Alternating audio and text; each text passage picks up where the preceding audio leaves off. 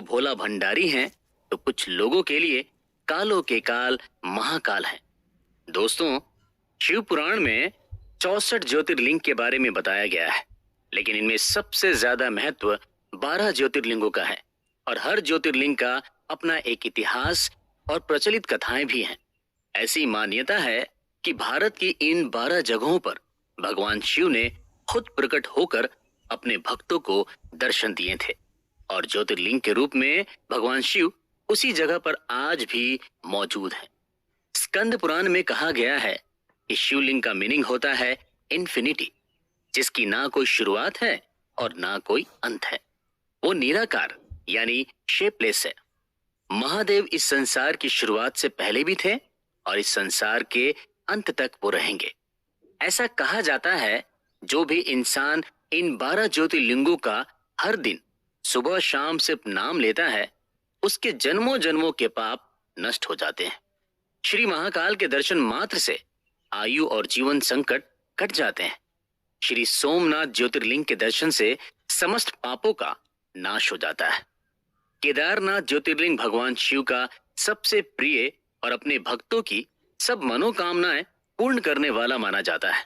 ऐसे सारे ज्योतिर्लिंग से जुड़े विशेष महत्व को हम इस सीरीज के माध्यम से जानेंगे। नमस्कार दोस्तों, मैं हूं आरजे अशोक और आप सुन रहे हैं देवों के देव महादेव भगवान शिव पर आधारित हमारी ओरिजिनल सीरीज 12 ज्योतिर्लिंगास इन इंडिया, सिर्फ कुक्कू एफएम पर। दोस्तों, हिंदू धर्म में भगवान शिव को सबसे बढ़कर माना गया है और उनकी शिवलिंग के रूप में पूजा की जाती है। इस संसार में केवल शिव ही ऐसे भगवान हैं जिनकी लिंग और मूर्ति दोनों रूप में पूजा होती है। बाकी सभी देवताओं को सिर्फ मूर्ति के रूप में पूजा जाता है। भारत में मौजूद 12 ज्योतिर्लिंग भगवान शिव की एनर्जी के सोर्स हैं। ऐसा माना जाता है कि ज्योतिर्लिंगों में इस पूरे यूनिवर्स की एनर्जी भरी होती है। इस एनर्जी को इन ज्योतिर्लिंगों के दर्शन करने आने वाले भक्त खुद महसूस करते हैं। ऐसा भी माना जाता है कि जहां जहां भी देश भर में 12 ज्योतिर्लिंग है, उस जगह पर रेडियो एक्टिव एलिमेंट्स है और इसी वजह से शिवलिंग पर जल चढ़ाया जाता है। ये बात साइंटिस्ट भी मान चुके हैं। जिन जगहों पर ज्योतिर्लिंग है वहां पर एक अलग तरह की एनर्जी होती है, लेकिन ये एनर्जी किस तरह की है, इस पर अभी भी रिसर्च चल रही है। यूपी में बाबा विश्वनाथ की नगरी काशी यानी बनारस में ग्राउंड वाटर के करीब 11 से 12 सैंपल लिए गए थे। इन सैंपल की जांच में वहां पर रेडियो एक्टिव एलिमेंट्स होने की बात कही गई थी।